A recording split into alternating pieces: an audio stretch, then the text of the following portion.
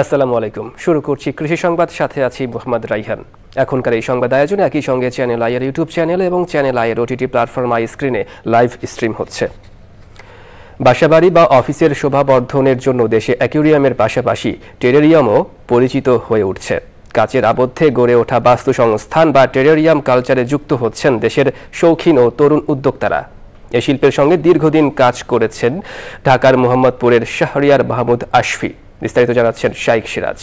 দর্শক, এ নিয়ে বিস্তারিত প্রতিবেদন দেখবেন আগামীকাল বেলা 3:05 হৃদয়ে মাটি ও মানুষের ডাক অনুষ্ঠানে। সাধারণত ভোর রাতে অপরাধমূলক কর্মকাণ্ড হয়ে থাকে বলে জানিয়েছেন স্বরাষ্ট্র উপদেষ্টা লেফটেন্যান্ট জেনারেল অবসরপ্রাপ্ত মোহাম্মদ জাহাঙ্গীর আলম চৌধুরী। সকালে সাভারের রাজালাখ এলাকায় হর্টিকালচার সেন্টারে কৃষকের শীতল ঘর কার্যক্রম ও বিএআরসি কর্তৃক তৈরিকৃত খামারি মোবাইল অ্যাপের উদ্বোধন শেষে তিনি একথা বলেন। স্বরাষ্ট্র উপদেষ্টা বলেন, কৃষি জমি রক্ষায় নানান পদক্ষেপ নিয়েছে সরকার। অনুষ্ঠানে কৃষি মন্ত্রণালয়ের সচিব ডাক্তার মোহাম্মদ এমদাদ উল্লাহ মিয়ান সহ অনেকে উপস্থিত ছিলেন।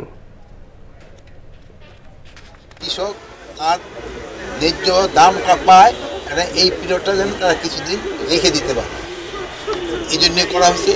তবে এই যে মোবাইল যেটা আপনারা দেখলেন, এটার মধ্যে খরচ করে প্রায় 15 লাখ টাকার মতো। আরেকটা যদি কৃষক ঘরের ভিতরে করা হয় তো এটা 5 লাখ টাকার মতো। যশোরের বিল হরিণার 300 বিঘা জমিতে এবার বোরো ধান আবাদ অনিশ্চিত হয়ে পড়েছে। বিল সংলগ্ন মুক্তেশ্বরী নদীর পানি নিষ্কাশনের পথ বন্ধ হয়ে জলাবদ্ধতা সৃষ্টি হওয়ায় এই সংকট দেখা দিয়েছে। এতে মারাত্মক আর্থিক ক্ষতির মুখে এলাকার কয়েকশো চাষি।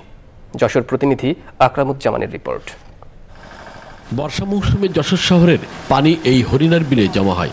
পরবর্তীতে এই পানি বিলের মধ্য দিয়ে খনন করা জিয়াকাল হয়ে মুক্তেশ্বরী নদীতে গিয়ে পড়ে।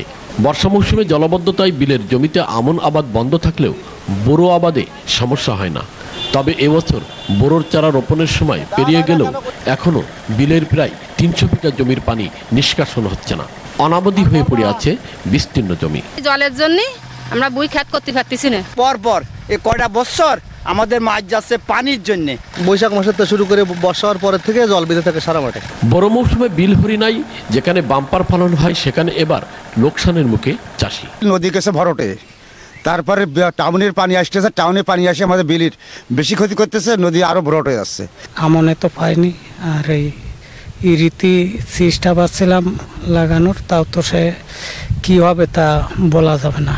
জলাবদ্ধতা নিরসনে চেষ্টা চলেছে বলে জানিয়েছে পানি উন্নয়ন বোর্ড ও কৃষি বিভাগ। লোকজন তাদের নিজ জমিতে ঘের করতেছে এবং ঘেরের যে বেড়ি দিছে, যার কারণে পানি নামায় প্রতিবন্ধকতা সৃষ্টি হচ্ছে।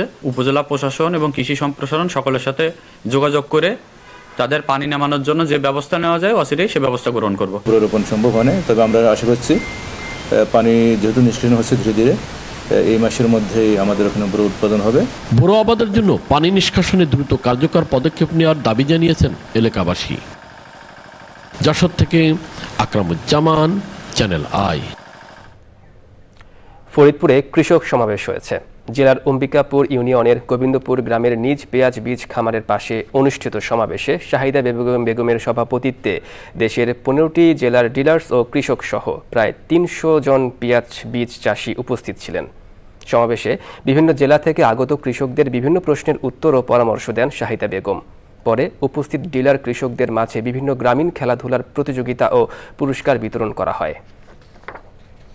দর্শক, এই ছিল কৃষি সংবাদ। সবাইকে ধন্যবাদ।